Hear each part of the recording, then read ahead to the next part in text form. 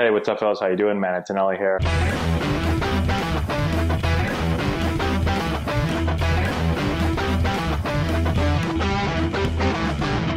Yo, what's up guys? Juan here, and today we're going to talk about arm action and trunk rotation and really just removing excess slack from the arm when we're making our throws. So anybody that fields the ball or throws the ball at any point, whether it's from the ground or on the fly, and their instinctual habit is to maybe come down and have this huge arm swing. That's probably the biggest thing that you're going to see, and the most common is the arm swing that some girls may have. Or if you just go straight out with no elbow flexion, we just extend our elbow and our forearm and hand goes straight out, and that excess movement that we have within our patterns that may not be wrong, but they are inefficient. If we're trying to make plays faster and more efficiently, we're going to have to understand our scapular pattern and our trunk rotation.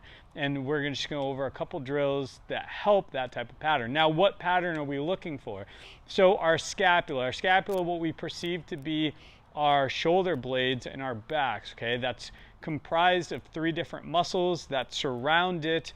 And what we're trying to do is compress that area as we pinch back within our throw.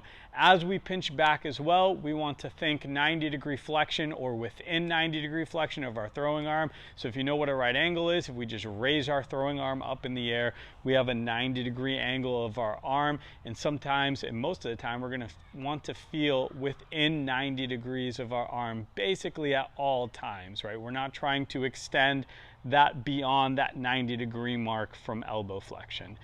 All right, so we're compressing the scap and we're trying to stay within 90-degree flexion while we're raising our arm. So when does that happen? So at front foot strike, when our front foot hits the ground, what we're trying to achieve is a pinch back in our scap. So you almost want to feel like you're nudging somebody behind you with your elbow. We want to feel that our elbow is slightly underneath shoulder level. So if we create a 90-degree angle here as well, we're honestly talking about 85 degrees, somewhere within that window. So slightly, ever so slightly underneath shoulder level.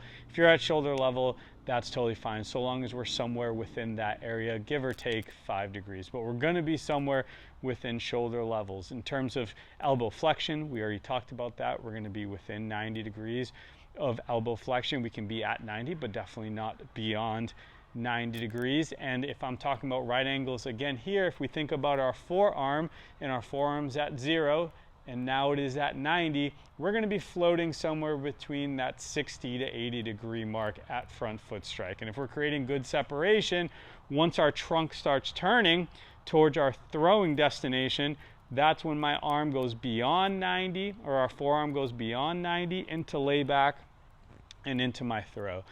So these 3 drills that we're about to go through is just a little mini progression that you can be doing either on an active day or during your warm-ups to promote good patterning within your throws, and they're all going to kind of hit these concepts. The first one is super simple. It's something that I love to do. It's probably one of my favorite warm-up throws within progressions that I love, and we're just doing opposite foot forward. So I'm a left-handed thrower, so my left foot is ahead, right? Typically, I would be throwing striding out with my right.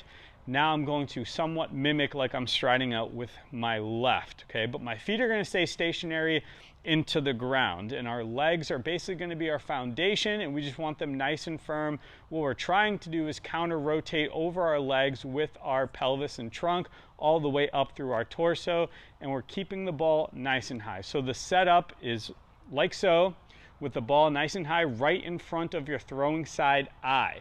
And all we're going to do is counter rotate back over that pelvis. We're going to counter rotate back, get in the position that I was just talking about with the throwing arm, and unleash that throw and follow through.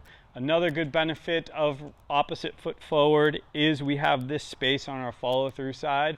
So anybody that struggles with hand path, maybe your hand path is too vertical and you're slapping up against your thigh, you want to feel like you're going down in the angle of putting on a seatbelt, right? So we have a good follow through, and we create space for good deceleration patterns of my throwing arm around my glove side hip. Okay, so that's the setup. We're back here, counter rotated, we're in that placement of the arm where I want to be, and I'm going to unleash from here and make a throw. Drill number 2 is a modified pivot pick. So again, I talked about a bunch of right angles here, but we're going to keep talking about right angles. Okay, so if this is 90 degrees to my target and this is 0 degrees over here, my toes are going to be pointed up the 45-degree mark.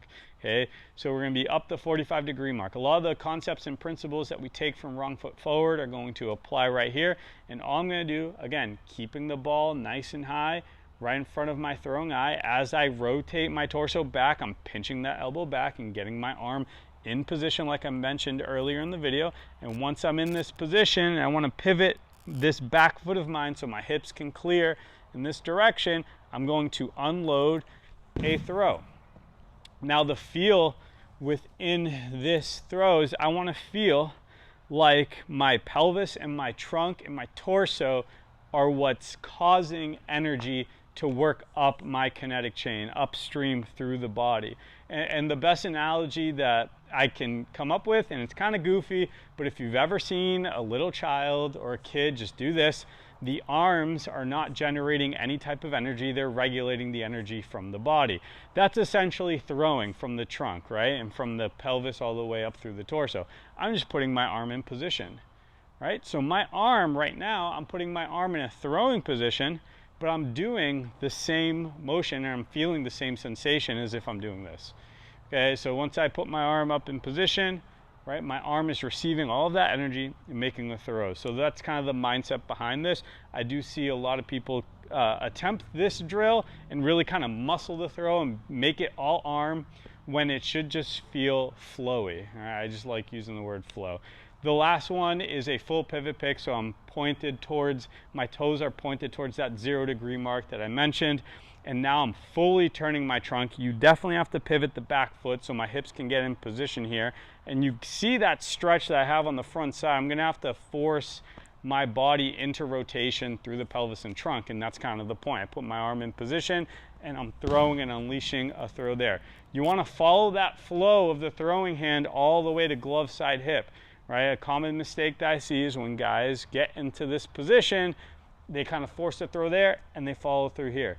I want that to rotate all the way through into the glove side hip. If you have any questions about these drills, please drop them in the comment section down bottom. I will answer them. I hope it helped. Again, this is really just to feel proper arm action.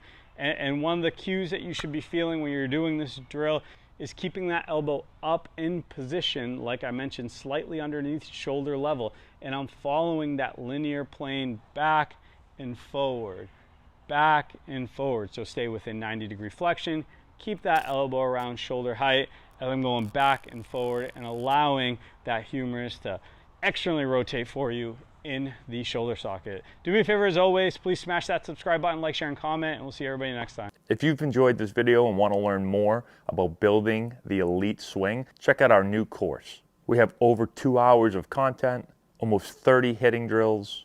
We break down the exact mechanics that you're going to want to implement into your swing. I've put the link in the description if you want to go check it out.